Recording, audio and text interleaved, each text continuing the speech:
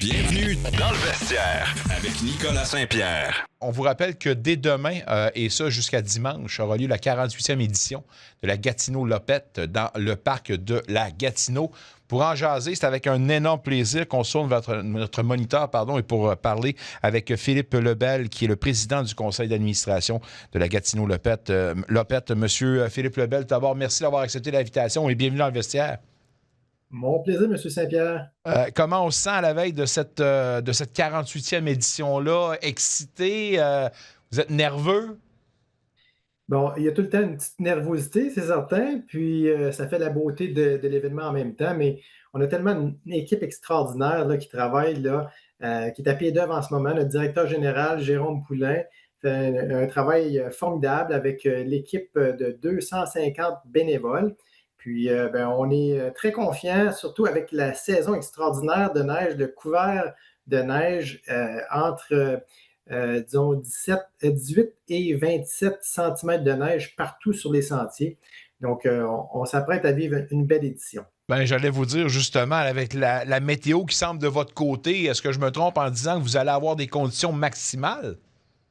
Ben non, vous ne vous trompez pas, parce que on a été habitué à Gatineau-Lopette à plusieurs éditions où on vivait vraiment des grands froids, parfois de la rafale, mais cette édition-ci là, va être spéciale en tout point au niveau des conditions de ski de fond. Donc, l'enneigement sur les sentiers, extraordinaire, mais également la température. Donc, vous en avez parlé un petit peu plus tôt. Je pense qu'on va vivre vraiment de beaux moments ensemble. On aime cette édition-là, où on aime le format de la Gatineau Lopette, parce qu'au-delà du volet compétition, c'est également un volet familial où tout le monde peut participer à ce grand événement-là. L'an dernier, à moins de me tromper, M. Lebel, dites-moi, vous aviez 23 pays qui étaient représentés. Est-ce que cette année, encore une fois, on s'attend à une aussi grande représentation au niveau de la représentation mondiale? Encore aussi grande. On est à 20 pays en ce moment. Donc, on tourne toujours pas mal autour de ça. Mais oui, donc on a une belle délégation encore cette année des États-Unis, mais également de l'Estonie qui arrive avec un groupe de 60 skieurs cette année, l'Allemagne, la Finlande, la Pologne, la Suède. Donc, une super belle représentation. Actuellement, on est à 20 pays cette année, M. Saint-Pierre. Si on parlait justement des athlètes qui vont prendre part à ces épreuves phares, dont le Ultra Challenge de 100 km, le 50, 27, 15 et 5 km, au niveau de la compétition, quels sont les athlètes à surveiller, les pays qu'on doit surveiller? Bien, cette année, on pense qu'on devrait avoir une belle représentation des athlètes canadiens. Oh. Donc, l'an passé, la France avait été pas mal fort sur nos podiums, mais cette année, on a entre autres Olivier Léveillé qui, lui, a participé aux Olympiques à Beijing. Donc, ça, c'est quelqu'un qui va être à surveiller, mais il y a toujours les frères Izquierdo Bernier aussi qui sont de Montréal. On les qualifie de machines. On va souvent voir, entre autres, Ricardo s'échanger des positions là, sur le podium avec, entre autres, Maxime Leboeuf, qui est de Gatineau. Donc, des personnes à surveiller. Il y a Phil Shaw, qui est aussi un skieur là, qui vient de Valmorin, puis qui malgré qui commence à avancer un peu dans l'âge, c'est tout le temps quelqu'un qui est le fun à voir, puis qui réussit quand même à se classer très bien aussi, là. Écoutez, M. Lebel, je viens de cette île, là, puis j'ai pratiqué là, d'une façon très, très courte le ski de fond. Salutations d'ailleurs au club Hookpick là-bas à cette île. Ça pour dire, c'est que j'en ai assez fait pour apprécier quand même ce que représente justement là, le sport du ski de fond. Il y a du monde, par exemple, qui semble vivre de ça, puis je m'en voudrais de ne pas saluer les gens qui vont être inclus dans le club des vétérans. Pour une 35e édition, Nicole Bernard et Jacques Lemay ont participé à 35 éditions de l'événement. Ça prend quand même une certaine fortitude. Parlez-moi justement de l'accomplissement et de ce club très select qui va inclure 2 autres membres, là. Ben, merci d'en faire part. Ce qu'on a fait, c'est qu'au 35e anniversaire de la Gatineau Lopette, on a lancé ce programme-là pour reconnaître les gens qui ont participé à 35 épreuves. Mais ils peuvent avoir fait plus d'une épreuve, donc ça peut aller jusqu'à 2 épreuves dans une même édition. Mais quand même, c'est assez exceptionnel. Donc, on honore uniquement, on reconnaît uniquement les participations à des épreuves de longue distance ou moyenne distance. Donc, de ce format-ci, cette année, là, on parle du 50 km ou le 27.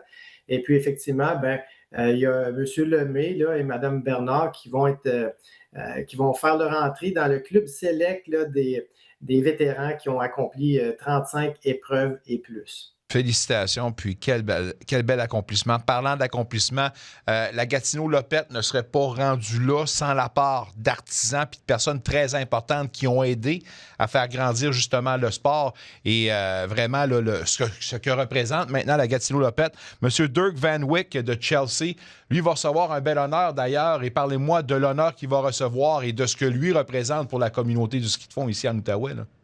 Wow, ça va être le fun, ça, parce que on a le temple de la renommée à la Gatineau-Lopette, on l'appelle le Sentier des légendes, puis à chaque année, on va honorer quelqu'un qui a eu un impact extraordinaire sur la Gatineau-Lopette, sur la communauté du ski de fond qui gravite autour de la Gatineau-Lopette. Donc, ça peut inclure les différents clubs de ski de fond. Bref, M. Van Wyck sort un petit peu du profil type qu'on est habitué d'inclure à notre Sentier des légendes, dans le sens que c'est quelqu'un qui va être honoré surtout pour sa contribution au niveau technique, puisque c'est c'est un dameur professionnel. Donc, il va faire le damage des pistes ou le traçage des pistes. Quelqu'un qui a développé une expertise hyper poussée puis qui est reconnu mondialement. Il a été amené à aller même travailler pour différentes éditions de Jeux olympiques. Oh, wow. Il a même été comme le principal lead en chef là, pour une équipe de traceurs pour une des Olympiques, mais c'est aussi quelqu'un qui va travailler beaucoup encore au niveau du traçage pour le club Nakertar, qui est ici à Gatineau, qui est le plus grand club de ski de fond au Canada. C'est quelqu'un qui travaille énormément et bénévolement. Puis c'est aussi un grand philanthrope là, qui appuie ce club-là. Puis nous, on trouvait important de, disons, lui lever notre tuque, si on peut dire. Oui, vous faites bien à part de ça et chapeau à lui. Oui, la tuque est bien haute pour M. Van Wyck. Finalement, est-ce qu'on peut parler de l'accessibilité maintenant au lieu de l'événement? Est-ce que c'est accessible à tout le monde? Est-ce qu'il y a des billets à s'acheter? Et est-ce qu'on doit regarder en particulier des choses, des spectacles ou quelque chose qui va se passer en parallèle en fin de semaine, évidemment, de la compétition? Merci d'en parler parce que oui, il faut venir. Premièrement, je dois dire qu'on va accueillir, en ce moment, là, on pense qu'on devrait fracasser, ou en tout cas, du moins, assez près du 2400 skieurs. Donc, ça, c'est quand même extraordinaire, qui viennent, comme on l'a dit un peu plus tôt, de 20 pays à peu près. Puis, c'est toujours possible de s'inscrire. Donc, là, les inscriptions en ligne sont fermées, mais à partir de demain, à 17h, les gens vont pouvoir commencer à s'inscrire sur place à l'école secondaire Mont-Bleu et puis vont pouvoir le faire aussi tout au cours de la fin de semaine à partir de 7h le matin. Puis oui, c'est vraiment un événement qui interpelle tout le monde parce qu'on a parlé tantôt d'athlètes, mais ça, c'est quelques athlètes, on parle de dizaines à peine. Et le reste là, des 2400 skieurs, c'est monsieur et madame tout le monde.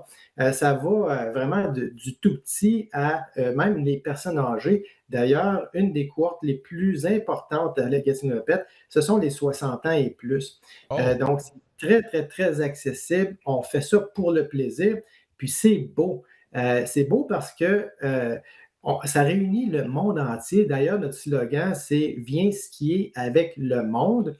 Et donc, c'est ce qui nous distingue de tout événement partout à travers le Canada. Puis c'est la seule étape canadienne du circuit World Loppet. Le circuit World Loppet, c'est vraiment un circuit populaire pour monsieur et madame tout le monde.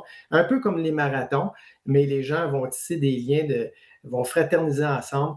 Alors, il y a ça qui est à voir, donc de venir même encourager sur place pour montrer à quel point on est un pays accueillant. C'est beau. Et puis, il y a aussi au salon, il y a plutôt à l'école secondaire Mont-Bleu, on a le salon nordique. Donc là, il y a des belles choses, des kiosques à aller voir, à visiter. Et puis, vous allez entendre toutes sortes de langues parler dans l'école secondaire Mont-Bleu. il y a différentes activités. Ça vaut la peine pour ne serait-ce que inspirer les enfants aussi. Vous faites de l'excellent travail. On vous félicite évidemment pour votre implication. On souhaite la meilleure des chances à tout le monde qui vont participer à cette 48e édition de la Gatineau Lopette. On vous le rappelle, ça commence demain dans le parc de la Gatineau. Monsieur Philippe Lebel, président du conseil d'administration, un gros merci à vous. Bon week-end. Un retour sportif 100% local dans le vestiaire avec Nicolas Saint-Pierre.